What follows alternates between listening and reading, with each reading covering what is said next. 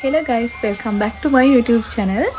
අද නම් ආවේ මට කමෙන්ට් කරලා අහපු ප්‍රශ්නකට උත්තරයක් අරගෙන සමහරව අහලා තිබ්බ මගෙන් අපිට විද්‍යාපීඨ ඉද්දිද අපි ෆයිනල් එක්සෑම් එක කරන්න ඕනේ නැත්නම් අර අවුරුදු දෙක ඉවරලා අපි සීමා වාසී අවුරුද්ද ගත කරනකොටද ෆයිනල් එක්සෑම් එක ලියන්න ඕනේ කියලා. ඇත්තටම ඒක ඒ වෙලාවේ තියෙන සිටුේෂන් එක එක්ක වෙනස් වෙනවා. මොකද අපි ලිව්ව එක්සෑම් ෆයිනල් එක්සෑම් එක ලිව්ව අපි කොලෙජ් එක ඇතුලේ ඉද්දි ලියලා ඉවර කරලා තමයි සීමා වාසී පුහුණුවට ආවේ. ඒ වුණාට දැන් මේ පාර අපේ ජූනියර්ස්ලා එයාලා ටික අපි ගත්ත අවුරුද්දට වඩා ටිකක් කලින් ගත්තනේ. අපිව ගත්තේ ඔක්තෝබර්, එයාලව ගත්තේ ජූනි වගේ මට මතක විදිහට. එතකොට එයාලා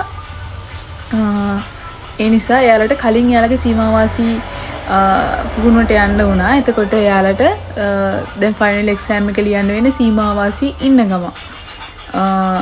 එහෙම තමයි. ඉතින් මේ වෙලාවට ඒ කාලෙට තියෙන සිටුේෂන් එකත් එක්ක වෙනස් වෙනවා. දැන් ඉන්න බැජ් එක ගන්න කාලෙත් එක්ක මොනවා වේද කියලා ඉස්සරහට අපිට කියන්න බැහැනේ. එතකොට ඒකත් එක්ක වෙනස් වෙනවා. හරි, ඉතින් ඔයාලට තවත් මොනවා හරි දැනගන්න දේවල් තියෙනවා නම් පහලින් කමෙන්ට් එකක් දාන්න. මම මට පුළුවන් වෙලාවට වීඩියෝ එකක් කරගෙන එන්න. So bye guys, see you in next video.